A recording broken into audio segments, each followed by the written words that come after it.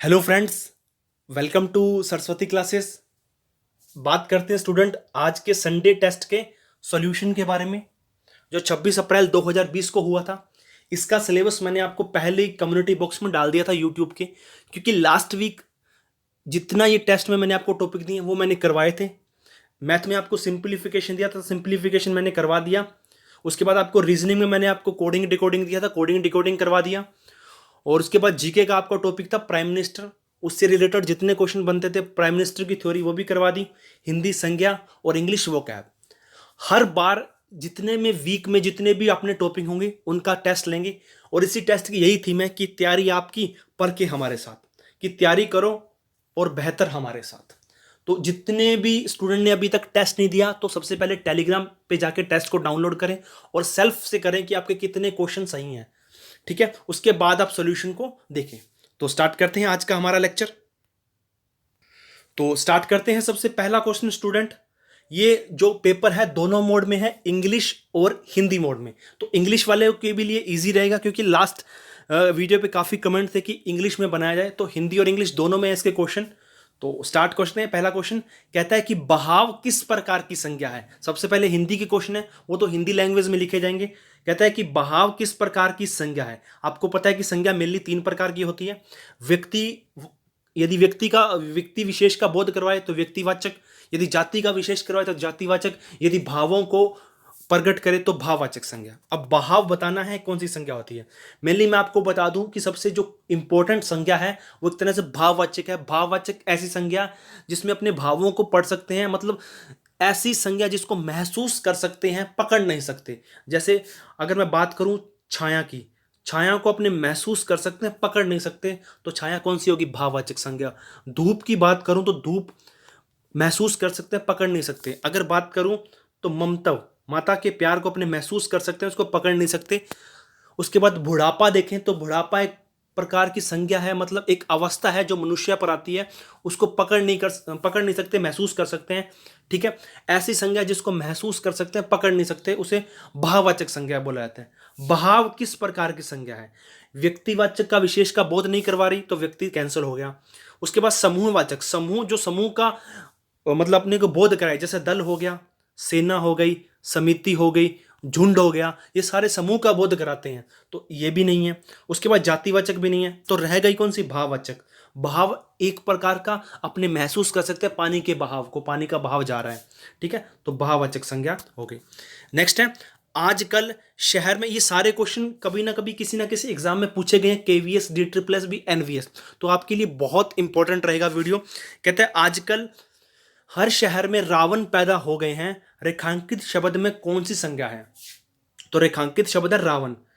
जो व्यक्ति विशेष का बोध कराए उसे कहते हैं व्यक्तिवाचक संज्ञा। यदि अकेला पूछ लेता कि रावण कौन सी संज्ञा है तो अपने कहते हैं कि रावण व्यक्तिवाचक संज्ञा है। लेकिन अगर पूरी पंक्ति को पढ़ते हैं तो पंक्ति में लिखा है कि आजकल हर शहर में रावण पैदा हो रहे हैं, मतलब रावण का बिहेवियर से उनकी तुलना कर दी। रावण का बिहेवियर कैसा था कि जिसने स्त्री को मतलब एक तरह से किडनैप किया था। मतलब जितने भी बुरे काम हैं इस, मतलब कह सकते हैं समाज में होते हैं, उन सबको रावण से तुलना कर दी। तो एक अपने कह सकते हैं एक झुंड बना दिया, एक समिति बना दी कि बुरे काम लोगों वाले के जो बुरे काम करते हैं उसको रावण से पुकारा जाएगा। तो एक तरह से जाति बना दी। तो यहां रावण किसका बोध कराता है, जातिवाचक संज्ञा का। यदि अकेला रावण आता फिर तो कहते हैं अपने कौन सा, अकेला रावण आता तो अपने कहते हैं कि ये व्यक्तिवाचक संज्ञा है। लेकिन यहां रावण क्या कह रहा है, आजकल हर शहर में रावण पैदा हो गए हैं, तो हर शहर में कितने सारे रावण होंगे, तो वो रावण एक पर्टिकुलर वर्ड जाति को संबोधित कर रहा है। नेक्स्ट देखते हैं, कहता है कि निम्नलिखित में से संज्ञा शब्द का चयन कीजिए। स्वाभिमानी, स्वार्थी, लोभी और भूगोल। उसके बाद अपने देखते हैं कि इनमें से कौन सा जो शब्द है वो संज्ञा है। यदि स्वाभिमानी की बात करूं, स्वाभिमानी की, मैं कहूं कि आप महाराणा प्रताप बहुत स्वाभिमानी पुरुष थे, तो महाराणा प्रताप की विशेषता क्या होगी, स्वाभिमानी। तो स्वाभिमानी क्या होगी, एक विशेषण शब्द है, संज्ञा तो हो नहीं सकता। उसके बाद है स्वार्थी। अपने कहें कि कोई व्यक्ति बहुत स्वार्थी था, मोहम्मद गजनवी बहुत स्वार्थी थे, तो मोहम्मद गजनवी की विशेषता क्या होगी? स्वार्थी। तो ये भी नहीं हो सकता। लोभी, लोभी भी एक व्यक्ति की विशेषता होती है। अगर लोभ आता तो अपने कहते कि वो भाववाचक संज्ञा है, अगर अपने स्वार्थ आता तो अपने कहते हैं कि वो भाववाचक संज्ञा है, यदि स्वाभिमान आता तो कहते हैं। लेकिन लास्ट में वर्ड कौन सा रह गया? भूगोल। तो भूगोल एक संज्ञा है। ठीक है स्टूडेंट, नेक्स्ट देखते हैं अपने। कहता है निम्न में से कौन सी भाववाचक संज्ञा जातिवाचक संज्ञा से नहीं बनी? अपने पास चारों भाववाचक संज्ञाएं हैं। कहता है कि इनमें से ऐसी कौन सी संज्ञा है जो जातिवाचक से नहीं बनी? तो पहला देखिए, बुढ़ापा। अगर बुढ़ापे को तोड़ूं तो बुढ़ापा एक भाववाचक संज्ञा है। मैंने अभी आपको बताया था, ऐसी संज्ञा जिसको महसूस किया जा सके, पकड़ा ना जा सके। तो बुढ़ापा एक अवस्था है। जैसे बाल्यावस्था आती है, बुढ़ापा आता है, शैशवावस्था आती है। तो बुढ़ापा बूढ़ा से बना है, और बूढ़े बहुत लोग होते हैं, बूढ़ों का झुंड होता है, तो जातिवाचक संज्ञा होगी। तो ये जातिवाचक से बनी है। उसने पूछा नहीं बनी है, तो ये तो बनी है।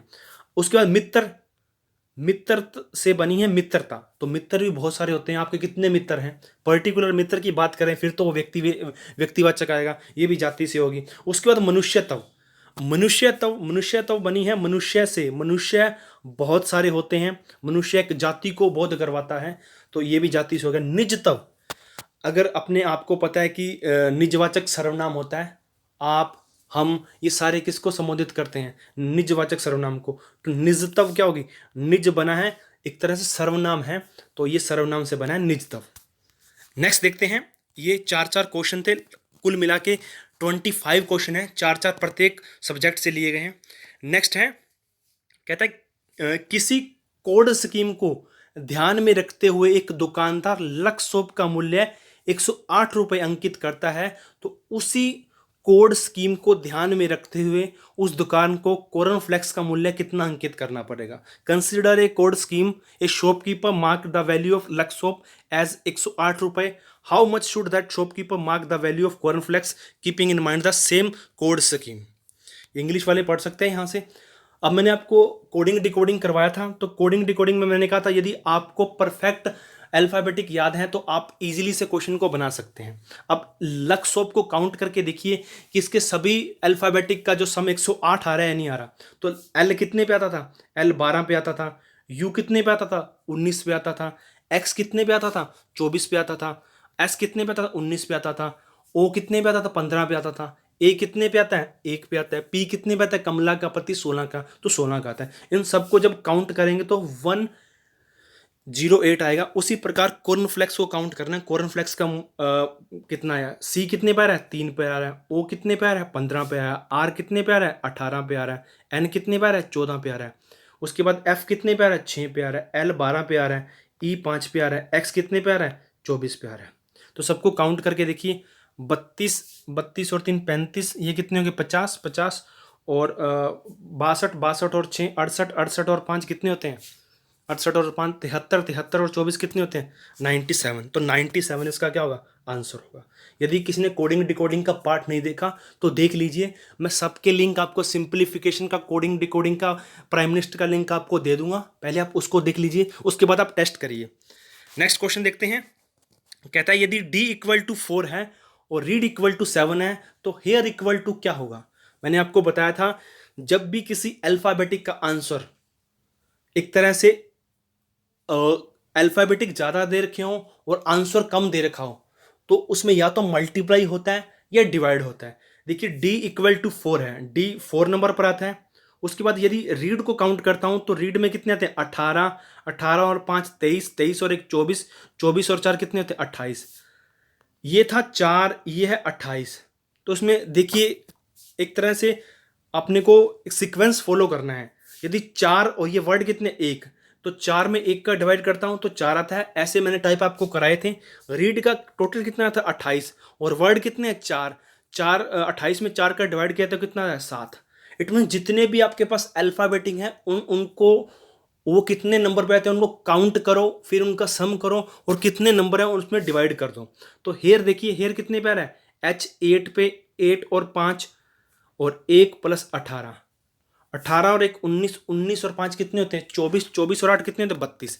तो हेयर का टोटल कितना होगा? 32।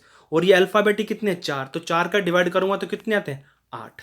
तो हमारा आंसर कितना हुआ 8। आपको कमेंट बॉक्स में बताना है कि आपके कितने आंसर सही हैं। देखते हैं कि किस किस के आंसर कितने कितने सही हैं, कितने लोगों ने वीडियो से प्रॉफिट लिया है। नेक्स्ट क्वेश्चन करते हैं। कहता है यदि मेंटल को 65 लिखा जाता है किसी सांकेतिक भाषा में, in mental is written 65 in sign language, then what will be written to mental ability test in sign language.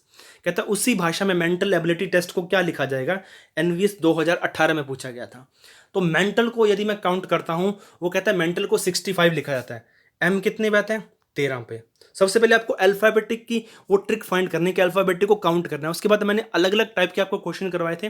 13 और 5 18, 18 और 14 कितने होते हैं 32, 32 और 20 कितने होते हैं 42, 42 और 1 कितने होते हैं 43, 43 और 12 कितने होते हैं, सॉरी दोबारा काउंट करके देखिए, 13, 14, 27, 27 और 5 कितने होते हैं 32, 32 और 20 52, 52 और 1 53, 53 और 12 कितने होते हैं 65। तो मेंटल को 65 लिख रहे हैं, तो उसी प्रकार मेंटल एबिलिटी टेस्ट को लिखेगा। अपने को पता है कि मेंटल को उसने 65 तो लिख ही दिया, तो सबसे पहले 65 किसके आगे आ रहा है, इसके आगे नहीं आ रहा, तो ये तो कट चुका है।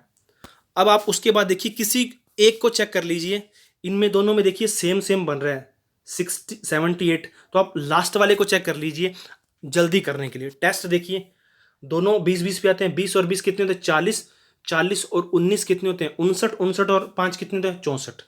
तो अपने को पता है ये 44 बन रहा है, ये तो गलत हो गया, ये पहले ही कट चुका था। ठीक है, अब हमारे पास रह क्या गया ओनली 64। ये देखिए जो थर्ड ऑप्शन है वो बिल्कुल हमारा करेक्ट है। आप फिर भी चेक कर सकते हो, मेंटल एबिलिटी को भी चेक कर सकते हो, वो कितना बनेगा 78। नेक्स्ट देखते हैं। कहता है यदि Punjab mail equal to 30, Shaheed express equal to 42 और गोदान एक्सप्रेस इक्वल टू 36 हो तो मुंबई मेल क्या होगा। If Punjab mail equal to 30, Shaheed express 42, Godan express 36, then Mumbai express, Mumbai mail कितना होगा। इस प्रकार के क्वेश्चन भी मैंने आपको करवाए थे। यदि बहुत सारे अल्फाबेटिक दे रखे हों और उनका आंसर बहुत शॉर्ट दे रखा हो तो या तो मल्टीप्लाई होगा या डिवाइड होगा। यदि पंजाब मेल को काउंट करता हूं तो ये 10 अल्फाबेट होते हैं। यदि शहीद को एक्सप्रेस को काउंट करता हूं तो 14 वर्ड होते हैं। यदि गोदान को काउंट करता हूं तो 12 होते हैं। 10 का आंसर 30 आ रहा है, 14 का आंसर 42 आ रहा है, गोदान का 36 आ रहा है। इट मीन्स 10 को 3 से मल्टीप्लाई करता हूँ 30 आ रहा है, 14 को 3 से मल्टीप्लाई कर रहा हूँ तो कितना आता है 42 आ रहा है, 12 को 3 से मल्टीप्लाई कर रहा हूँ तो कितना आ रहा है 36 आ रहा है। तो जितने भी अल्फाबेटिक है उनको काउंट करो फिर 3 का मल्टीप्लाई कर दो। तो उसी प्रकार मुंबई मेल में 6 तो ये रहे स्टूडेंट, 6 और 4 कितने 10, 10 को किससे मल्टीप्लाई करूँगा 3 से, तो 3 से मल्टीप्लाई किया तो कितना है 30। नेक्स्ट क्वेश्चन की ओर देखते हैं। कहता है निम्न में से कौन सा अनुच्छेद प्रधानमंत्री और राष्ट्रपति के मध्य संबंधों का जिक्र करता है। मैंने आपको करवाया था, आर्टिकल 5 ही करवाए हैं और बहुत इंपॉर्टेंट आर्टिकल बताया था। Which of the following articles refer to the relationship between the prime minister and the president. RPSC TGT में पूछा गया है और मैंने आपको कहा था 74 ये बताता है कि राष्ट्रपति को सलाह और परामर्श देने के लिए एक मंत्री परिषद होगा जिसका प्रमुख कौन होता है, प्रधानमंत्री होता है। 75 में मंत्रियों के बारे में उपबंध बताए गए थे, मंत्रियों को क्या क्या उपबंध है, कितने कितने मंत्री हो सकते हैं, वो किसके प्रति कार्य करेंगे। और 78 उसके बाद है 88। तो 78 में मैंने आपको बताया था कि यह प्रधानमंत्री और राष्ट्रपति के मध्य संबंधों का जिक्र करता है, रिलेशन बताता है प्रेसिडेंट और प्राइम मिनिस्टर के मध्य। वो 3 तरह के कार्य पूछता है। इसमें प्राइम मिनिस्टर के एक तरह से ड्यूटी बताई गई है, वो प्रशासन संबंधी जानकारी देता है, विधि संबंधी जानकारी देता है, मतलब लॉ संबंधी और एडमिनिस्ट्रेशन संबंधी जानकारी देता है किसको, राष्ट्रपति को। और वो अगर राष्ट्रपति चाहता है किसी भी सब्जेक्ट पर, वो कहता है कि स्पीच हो, तो प्रधानमंत्री को मानना पड़ता है और अपने मंत्रियों से लोकसभा और राज्यसभा में स्पीच करवाता है किसी एक सब्जेक्ट पर। तो 78 में बताया गया। नेक्स्ट है, कहते हैं निम्न में से किस प्रधानमंत्री के कार्यकाल में वैश्वीकरण, निजीकरण, उदारीकरण की घटना घटी थी। In which of the following prime minister there was a globalization, privatization और लिबरलाइजेशन। आपको पता है कि वैसे भी यदि आपको पता है कि ये घटना घटी थी 92 में, और 92 में देखिए कौन था प्रधानमंत्री, मनमोहन सिंह तो 2000 वाली लाइन में थे, ये तो कट चुके हैं, आपको बता दिया मैंने। एचडी देवगौड़ा पहले थे, ये भी है। आई के गुजराल, पीवी नरसिम्हा के काल में मैंने आपको सारों का कार्यकाल बताया था। पीवी नरसिम्हा के काल में ये घटना घटी थी, उदारीकरण हुआ था, ठीक है स्टूडेंट, लिबरलाइजेशन हुआ था, प्राइवेटाइजेशन हुआ था, ग्लोबलाइजेशन हुआ था। और इसमें एच डी देवगौड़ा के समय घटना घटी थी। एच डी देवगौड़ा एक तरह से राज्यसभा के मेंबर थे और जो बाद में प्रधानमंत्री बने थे, ये विशेष बात थी। और मनमोहन सिंह के बारे में आरटीआई हुआ था, आरटीआई हुआ था। ये बहुत काम हुए थे मनमोहन सिंह के समय। तो पीवी नरसिम्हा के समय ये काम हुए थे। उस समय वित्त मंत्री, फाइनेंस मिनिस्टर मनमोहन सिंह थे। नेक्स्ट देखते हैं अपने, निम्न में से कौन सा कथन सत्य है? नीति आयोग का अध्यक्ष राष्ट्रपति होता है, यूपीएससी के अध्यक्ष व उनके सदस्यों की नियुक्ति प्रधानमंत्री द्वारा की जाती है। कहता है निम्न में से कौन सा कथन असत्य है? अपने को असत्य बताना है। नीति आयोग का अध्यक्ष कौन होता है? प्रधानमंत्री होता है, लेकिन यहां कौन बता रखा है? राष्ट्रपति। ये तो कैंसिल हो गया। यूपीएससी के अध्यक्ष व उनके सदस्यों की नियुक्ति प्रधानमंत्री द्वारा की जाती है, प्रधानमंत्री की सलाह के द्वारा राष्ट्रपति द्वारा की जाती है, तो ये भी कैंसिल हो गया। आवश्यक रूप से प्रधानमंत्री को लोकसभा का सदस्य होना चाहिए, ये भी गलत है। वो राज्यसभा का सदस्य भी हो सकता है और उसके बाद वो बहुमत दल का नेता बन जाता है। अब तक 3 ऐसे प्रधानमंत्री हैं जो राज्यसभा के सदस्य होते हुए प्रधानमंत्री बने। बिल्कुल सही बताया है। पहली इंदिरा गांधी थी 1966, फिर देवगौड़ा आए 1996, फिर मनमोहन सिंह आए 2004 में जो असम से चुने गए थे। तो जो फोर्थ ऑप्शन है वो बिल्कुल सही है। ये इसका इंग्लिश वर्जन दे रखा है, which of the following statement is false? The president of NITI Aayog is the president. वो कह रहा है कि नीति आयोग का जो प्रेसिडेंट होता है वो भारत का प्रेसिडेंट होता है, नहीं, वो प्राइम मिनिस्टर होता है, ये गलत है। The president of UPSC and is member are appointed by the prime minister. जो यूपीएससी का अध्यक्ष और उसके सदस्यों की नियुक्ति प्राइम मिनिस्टर द्वारा की जाती है, गलत है, प्रेसिडेंट द्वारा की जाती है। The prime minister must necessarily be A member of Lok Sabha. वो लोकसभा का नेसेसरी मेंबर होना चाहिए, ये गलत है। वो राज्यसभा से भी एक तरह से कहते हैं कि दूसरे हाउस से भी चुना जा सकता है, तो ये गलत है। So for 3 such prime minister वो becomes member of Rajya Sabha become prime minister, ये बिल्कुल सही है। 3 मेंबर अब तक बन चुके हैं जो राज्यसभा के मेंबर थे और प्रधानमंत्री बन चुके हैं। नेक्स्ट है, स्वतंत्र भारत के प्रथम मंत्रिपरिषद के गठन के संदर्भ में कौन सा कथन सत्य है? देखिए, जब स्वतंत्र भारत हुआ था उसके संबंध में कौन सा कथन सत्य है बता रखे हैं। Which statement is true regarding the formation of the first council of minister of independent India? जब आजाद भारत था उसके समय जो मंत्रिपरिषद बना था उसके संदर्भ में कौन सा कथन सत्य है? प्रथम मंत्रिपरिषद में प्रधानमंत्री सहित कितने सदस्य? 37 सदस्य थे। तो देखिए, प्रथम the first council of minister had 37 member including the prime minister. देखिए, प्रधानमंत्री सहित प्रधानमंत्री को इंक्लूड करके 36 मेंबर बनते थे, ये तो गलत है। उसने सही पूछा था, ये तो गलत है। नेक्स्ट देखिए स्टेटमेंट, प्रथम शिक्षा मंत्री भीमराव अंबेडकर थे। The first education minister was Bhimrao Ambedkar, ये भी गलत है।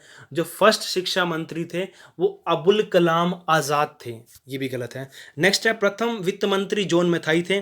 जो प्रथम the first financial minister was John Mathai, तो जॉन मैथाई थे, ये बिल्कुल सही है। प्रथम गृह मंत्री अबुल कलाम आजाद थे। अबुल कलाम आजाद तो शिक्षा मंत्री थे, तो गृह मंत्री कौन हुआ? वल्लभ भाई पटेल। तो ये जो थर्ड ऑप्शन है वो बिल्कुल सही है। ये हमारा इंग्लिश वर्जन है। नेक्स्ट है स्टूडेंट इंग्लिश के क्वेश्चन। कहता है in the following question of out of 4 alternative choose the one which best express the meaning of given word as your answer. अपने को बताना है कि सबसे परफेक्ट वर्ड कौन सा है जो अपने को क्वेश्चन दे रखा है इन चारों में से। तो सबसे पहले अपने को स्टूडेंट दे रखा है एबनॉक्शियस। अपने को सिनोनियम बताना है। एबनॉक्शियस का सिनोनियम बताना है। एबनॉक्शियस का सिनोनियम क्या होता है? देखिए, एबनॉक्शियस होता है बहुत गंदा काम करना, घिनौना काम करना, बेकार काम करना जिसको बाद में सही ना किया जा सके। इट मीन्स रेप जैसे काम, तो एबनॉक्शियस काम होते हैं, बेकार, निंदायुक्त, घृणायुक्त। ठीक है, तो इसका अपने को सिनोनियम बताना है। डिप्रेशन तो होता है स्टूडेंट एक तरह से तनाव होना, टेंशन होना, ये तो होगा नहीं। एरोगेंट होता है घमंडी। एरोगेंट हो गया, हॉटी हो गया, कुकी हो गया, पंपस हो गया, कैविलियर हो गया, ये सारे किसको बताते हैं? घमंडी को बताते हैं। फिल्थी एक तरह से गंदा, जिसको बाद में सही कर सकते हैं, गंदा काम, जैसे घर में कचरा हो गया तो फिल्थी लिख सकते हैं। लेकिन यहाँ तो घिनौना काम है, निंदायुक्त काम है, तो इसका आंसर क्या होगा? डिस्कस्टिंग। अपने कहते हैं डिस्कस्टिंग काम कर रहे हो आप, तो एबनॉक्शियस का जो सिनोनियम होगा स्टूडेंट वो डिस्कस्टिंग होगा। अब मैं आपको फिल्थी के बारे में बता देता हूँ। फिल्थी होता है गंदा काम करना, मतलब गंदा कार्य है एक तरह से जिसको बाद में सही कर सकते हैं। फिल्थी हो गया। अपने फिल्थी की जगह कई बार ग्रबी यूज करते हैं, ग्रबी। तो कहते हैं ए लिटिल ग्रबी फिंगर, या कहते हैं ग्रंजी किचन, गंदा किचन, ग्राइमी, डिंजी, डिशेवल्ड, इसके लिए अपने यूज करते हैं वर्ड किसके लिए, फिल्थी के लिए। नेक्स्ट है आपके सामने वर्ड दे रखा है स्टूडेंट, कवनेंट। कवनेंट का जो मीनिंग होता है ना स्टूडेंट, कवनेंट का मीनिंग होता है वो अपने को बताता है कि एक तरह से कवनेंट का मीनिंग आपको मैं बताऊं, प्रतिज्ञा पत्र होना, अनुबंध होना, किसी के साथ अनुबंध। अनुबंध क्या होता है, अपने कहते हैं ना किसी के साथ अनुबंध कर लेते हैं, कोई कंपनी किसी के साथ कवनेंट करती, कॉन्ट्रैक्ट करती है, कॉन्ट्रैक्ट। तो कवनेंट का जो सिनोनियम होगा वो क्या होगा, कॉन्ट्रैक्ट होगा। बाकी जो आपके सामने है वो अलग अलग है। क्यूपोन का या कूपन जो अपने सामने दे रखा है, इसका मीन होता है इकरारनामा करना। क्यूपोन या कूपन जो भी बोलते हो आप, वैसे क्यूपोन बोला जाता है। तो क्या होगा, इकरारनामा, रसीद, टोकन, स्लिप, वाउचर, एक तरह से इसकी मीनिंग ये होते हैं, या सर्टिफिकेट, ये तो गलत होगा। सेटलमेंट भी एक तरह से कह सकते हैं कि कहीं ना कहीं ये जिक्र करता है एग्रीमेंट का, लेकिन सेटलमेंट का अर्थ होता है समझौता करना, कॉम्प्रोमाइज करना, क्लियर ऑफ करना, डील करना, कंसिलिएशन करना। तो ये तो गलत होगा सेटलमेंट, तो कॉन्ट्रैक्ट होगा अनुबंध करना। नेक्स्ट है डेफरेंस। डेफरेंस का मीनिंग देखिए, किसी का सम्मान करना, किसी का आदर करना, रिस्पेक्ट करना, इज्जत देना। तो रिस्पेक्ट जो मीनिंग है वो अपने सामने ये रहा। डेफरेंस का मीनिंग होता है इज्जत करना, रिस्पेक्ट देना। तो लास्ट में देखा फ्लैटरी। फ्लैटरी का मीनिंग होता है चापलूसी करना, टफी करना। आजकल एक वर्ड चलो एप्पल सॉस, कौन सा, एप्पल सॉस क्या करती, चिपकती है ना, तो जो चापलूसी करते हैं वो भी चिपकते हैं। तो एप्पल सॉस आजकल इसके लिए वर्ड यूज किया जा रहा है फ्लैटरी के लिए, तो ये गलत है। सिंपैथी, सहानुभूति होना किसी के लिए, एम्पैथी होना, कंपनसेशन होना, मर्सी होना, दयालुता होना, सहानुभूति होना। एब्रोगेट। एब्रोगेट का मीनिंग क्या होता है स्टूडेंट, एक तरह से कह सकते हैं किसी काम को रद्द करना, किसी काम में देरी करना, किसी को मिटा देना, कैंसिल करना। एब्रोगेट का एक सही मीनिंग होगा इसका कैंसिल करना या निष्प्रभाव करना। अपने कोई लॉ होता है तो उसको कैंसिल कर देते हैं, एक दिल के निष्प्रभाव कर देते हैं, डिसइफेक्टिव कर देते हैं। तो रिपील करना, रिवोक करना, रिपील करना, रेवोकेशन करना, ये सारे मीन क्या होंगे, कैंसिल करने के मीन होंगे। डिस्ट्रॉय का तो होता है खत्म करना, डिसमिस भी खत्म होता है, डिले कहीं ना कहीं इसके जैसा हो सकता है। लेकिन एब्रोगेट का जो सही सिनोनिम है स्टूडेंट वो क्या है, रिपील करना, रिवोक करना। नेक्स्ट देखते हैं स्टूडेंट अपने करंट अफेयर, जो जनवरी मंथ से आपको कहे थे कि क्या क्या होगा। नेक्स्ट जो आपके पास 17 क्वेश्चन है स्टूडेंट, 17 क्वेश्चन दे रखे हैं। निम्नलिखित में से हाल ही में रिजर्व बैंक का डिप्टी गवर्नर किसे नियुक्त किया गया। आपको पता है कि रिजर्व बैंक आरबीआई में एक तो गवर्नर होता है और 4 डिप्टी गवर्नर होते हैं। और जो गवर्नर है अभी वो आपके शक्तिकांत दास हैं। शक्तिकांत दास जो आरबीआई के गवर्नर हैं। लेकिन जो 4 डिप्टी गवर्नर हैं उनमें से एक को भी रिप्लेस किया गया है। तो कौन सा है, तो वो है student Michael Devvrat Patra. Michael Devvrat Patra जो अभी चेंज किए गए हैं। इससे पहले जो इनकी जगह थे वो थे विरल आचार्य। कौन थे, विरल आचार्य जो इससे पहले थे, उनको चेंज करके माइकल देवव्रत को बनाया गया। और इसके अलावा जो 3 और रह गए स्टूडेंट वो है, एक तो एनएस विश्वनाथन, और एक थे बीपी कानूनगो, फिर थे एम के जैन। ये 3 हैं और एक माइकल देवव्रत जो विचल आचार्य की जगह हैं। नेक्स्ट है, निम्नलिखित में से कौन सा राज्य हाल ही में नागरिकता संशोधन सीईए को सुप्रीम कोर्ट में चुनौती देने वाला पहला राज्य बना है। तो केरल है। इससे पहले 60 केस अलग अलग फॉर्मेशन में सुप्रीम कोर्ट के पास आए थे सीए रिलेटेड से, और पहला राज्य है जो केरल वो केस लेके गया सुप्रीम कोर्ट में इससे रिलेटेड सीए से। उनका मानना है कि ये इनडायरेक्टली ये जो सीए बना है कहीं ना कहीं आर्टिकल 14, आर्टिकल 21 और 75 को के खिलाफ है और धर्मों के खिलाफ है, केरल का मानना है। नेक्स्ट है, निम्नलिखित में से किस क्रिकेटर को बीसीसीआई के पोल्ली उमरीगर अवार्ड से सम्मानित किया गया। देखिए जो बीसीसीआई का पोल्ली उमरीगर अवार्ड होता है ये बेसिकली उन बंदों को दिया जाता है, उन प्लेयर्स को दिया जाता है जो बहुत उम्दा प्रदर्शन करते हैं अपने क्रिकेट में। तो जसप्रीत बुमराह ने जो प्रदर्शन किया था उनके अकॉर्डिंग उनको पोल्ली उमरीगर अवार्ड मिला है, और इस विजेता को 15 लाख राशि दी जाती है इस अवार्ड के साथ। नेक्स्ट है, हाल ही में घोषित मिताली राज की बायोपिक शाबाश मिट्ठू के निर्देशक कौन है। जो शाबाश मिट्टू के निर्देशक हैं वो ढोलकिया हैं, राहुल ढोलकिया। एक तरह से ये बायोपिक है। इसमें जो उन्होंने करेक्टर निभाया है मिताली राज का, वो तापसी पन्नू ने निभाया है। मिताली राज अपने कह सकते हैं कि 2020 वर्ल्ड कप में पूरे वर्ल्ड में सबसे पहले 2000 भारत की ओर से रन बनाए हैं, वो इन्होंने बनाए हैं। और 214 इनका हाई स्कोर है, अभी तक 214 इनका स्कोर है, सबसे बेस्ट स्कोर है इनका। नेक्स्ट है, किस राज्य सरकार ने कुशल एवं प्रशिक्षित, बहुत इंपॉर्टेंट क्वेश्चन है। यदि आपने देखा होगा कि लास्ट ईयर DSSB ऐप पर एक क्वेश्चन पूछ रहा था, किस राज्य सरकार ने कुशल और प्रशिक्षित उम्मीदवारों को नौकरी खोजने में मदद करने के लिए उद्देश्य से संगी ऐप, रोजगार संगी ऐप लॉन्च किया है? पंजाब सरकार, बिहार, उत्तर प्रदेश, छत्तीसगढ़। तो छत्तीसगढ़ सरकार ने रोजगार संगी ऐप लॉन्च किया है, किनके लिए? जो रोजगार ढूंढ रहे हैं।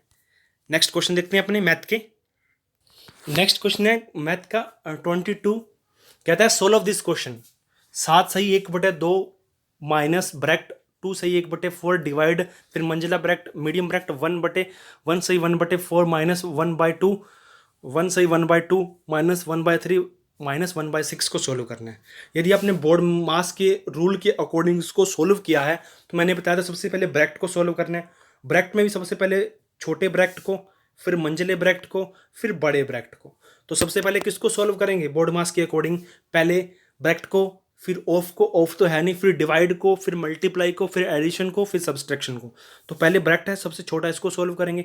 इसको सॉल्व करता हूं तो 3/2 माइनस 1/3 माइनस 1/6, 6 मेरे पास एलसीएम आ गया स्टूडेंट।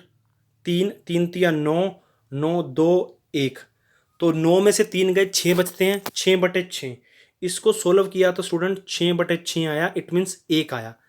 तो इस पूरे को सोल्व किया तो कितना है? 1। इसके साथ ही मल्टीप्लाई है स्टूडेंट मेरे पास 1/2, तो 1/2 को 1 से मल्टीप्लाई किया तो कितना आ गया? 1/2। अब मैं इसको सोल्व करूंगा स्टूडेंट, 4 और 1 5/4 और 1/2। इसको सोल्व किया तो कितने बचते हैं मेरे पास? पहले 4 एलसीएम आ गया स्टूडेंट मेरे पास, 4 एलसीएम आया तो 5, फिर कितने आ गए? 2, तो मेरे पास 3/4 आ गया। इसको सोल्व किया तो 3/4 आ गया। इट मीन्स पूरे मंजिले ब्रैकेट को, मीडियम ब्रैकेट को सोल्व किया तो कितना है? 3/4। अब मेरे पास स्टूडेंट ये 8 9/4 और 3/4 है, तो मेरे पास कितना आ गया? 6/4, तो 3/2 आ गया। 3/2 इसको सोल्व किया तो 3/2 आया, और 7 सही 1/2, और कितना है स्टूडेंट मेरे पास? ठीक है स्टूडेंट, इसको सोल्व किया था, मेरे पास कितना आया था? 3/4 आया था। 3/4, इसके आगे क्या है? भाग का निशान है। किसका निशान है? डिवाइड का निशान है। तो इसको सोल्व किया तो 9/4 आया, फिर डिवाइड था 3/4 आया। तो इट मीन्स अगर इसको मल्टीप्लाई में चेंज करूंगा तो ये पलट जाएंगे, 4/3 आ जाएंगे, 4 से 4 कैंसिल हो गया, 3 3 9, तो 3 हो गया। इस पूरे जो ब्रैकेट है इसका आंसर हो गया 3। 7.5 में से 3 गए, कितने बचते हैं? 4.5। तो 4.5 आंसर क्या होगा हमारा? C option. नेक्स्ट देखते हैं अपने,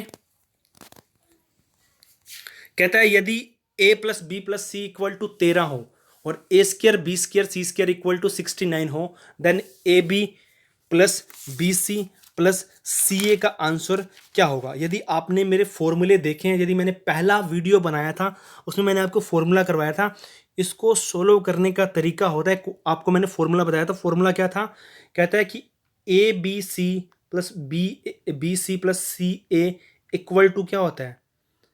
a + b + c का whole square minus a² + b² + c² 2। तो इसको सोल्व करूंगा तो इसकी पहले स्क्वायर करूंगा तो 13 की स्क्वायर होती है 169 माइनस 69/2। तो ये कितना आ गया? 100/2 कितना आता है? 50। तो जो फर्स्ट ऑप्शन है वो बिल्कुल सही है। नेक्स्ट क्वेश्चन देखिए, कहता है कि सोल्व दैट। ये क्वेश्चन तो मैंने आपको भरमार करवा रखी है ऐसे क्वेश्चनों की, और ऐसे क्वेश्चन ने DSSB ने प्रत्येक एग्जाम में दे रखे हैं बच्चा। तो क्वेश्चन करने का तरीका है A3 + B3 + C3, और मैं अगर इसको एक्सपेंड करूंगा, एक्सपेंड करने का तरीका देखिए, A3 + B3 + C3 को क्या लिखते हैं अपने? a², पहले a + b + c, a² b² c² minus AB minus BC और CA। तो नीचे वाला जो पोर्शन है स्टूडेंट वो सारा का सारा कट जाएगा, ऊपर बचेगा a + b + c। तो a कितना था? 1.5, b कितना है? 4.7, c कितना है? 3.8। तो 1.5 4.7, 3.8 को जोड़ो, 4 और 3 7, 7 और 1 8.5, 0.7, 1.12 और 8 2, 8 और 2 कितने होते हैं 10। तो जो बी ऑप्शन है वो बिल्कुल करेक्ट है। नेक्स्ट क्वेश्चन देखिए स्टूडेंट, और ये बेहद इंपॉर्टेंट था। जिसने इसको सही किया है, सही मायने से सही किया है, बिल्कुल एग्जैक्ट फॉर्मूले का यूज करके, तो वो नीचे कमेंट बॉक्स बता देना कि 25वां क्वेश्चन जैसे मैंने करवाया वैसे किया आपने। वैसे तो लोग 75 को 3 खोलेंगे, लेकिन ये क्वेश्चन DSSS का है, उसने बहुत ही अच्छे मन से इस क्वेश्चन बनाया था, और जिसने इसको पकड़ा इसके पीछे इसकी जो टेक्निक थी, तो उसने बहुत अच्छा काम किया। तो देखिए ऊपर तो बन रहा है A3 और एक की 3 लिख सकता हूं, तो ऊपर बन रहा है A3 प्लस B3, और A3 प्लस B3 को लिख सकता हूं A प्लस B, क्या लिख सकता हूं A square plus B square minus AB। तो नीचे ये पोर्शन बन ही नहीं रहा बच्चा, A स्क्वायर तो आ रहा है लेकिन B स्क्वायर कहां से लाऊंगा, B कौन है यहाँ, एक का काम, B कहां से लाऊंगा, और AB कहां से लाऊंगा। लेकिन आपने थोड़ा सा इसको यूज करें इस टेक्निक को, तो इसको ऐसे लिख सकता हूं -7.5 प्लस 1, 7.5 से 1 जाएंगे तो कितने रह जाएंगे 6.5। तो लिख सकता हूं, मैंने क्या किया बच्चा, इसकी जगह, इस पूरे की जगह -7.5 प्लस 1 लिख लिया। तो इसको अगर कैलकुलेशन करूंगा तो 6.5 ही आएगा माइनस का। अब देखिए इसको ऐसे लिख सकता हूं, ये A की स्क्वायर बन गई, ये B की स्क्वायर बन गई, इसकी जगह 1 लिख सकता हूं, ये AB आ गया। तो पूरा का पूरा पोर्शन कट जाएगा ऊपर वाले से, ऊपर क्या बचेगा A प्लस B। तो A कौन था 7.5, B कौन था 1, तो 8.5 आंसर आ जाएगा। तो 8.5 देखिए हमारा डी ऑप्शन। ये था स्टूडेंट हमारे कुछ क्वेश्चन। लगा है आपको वीडियो अच्छा भाई, कि आपके लिए प्रॉफिटेबल है, आपके लिए फ़ायदेमंद है, तो इसको कैरी ऑन करेंगे, नहीं तो इसको यहीं क्लोज कर देंगे। जैसे अपना टॉपिक वाइज सिलेबस चल रहा था वैसा चलेगा, कि यार बहुत मेहनत से इसको बनाया जाता है। एक वीडियो को बनाने के पीछे लगते तो 35 मिनट है, लेकिन उसके पीछे जो संघर्ष होता है उस वीडियो को बनाने में लगभग 6 या 7 घंटे लगते हैं। तो भाई हर बंदा चाहता है कि उसको फीडबैक बहुत अच्छा मिले, तो ज़्यादा से ज़्यादा लोगों को शेयर कीजिए। जो भी DSSS KVS की प्रिपरेशन कर रहे हैं, या NVS की प्रिपरेशन कर रहे हैं, CTET की प्रिपरेशन कर रहे हैं, ग्रुप्स में शेयर कीजिए, व्हाट्सएप पेज पे शेयर कीजिए। धन्यवाद।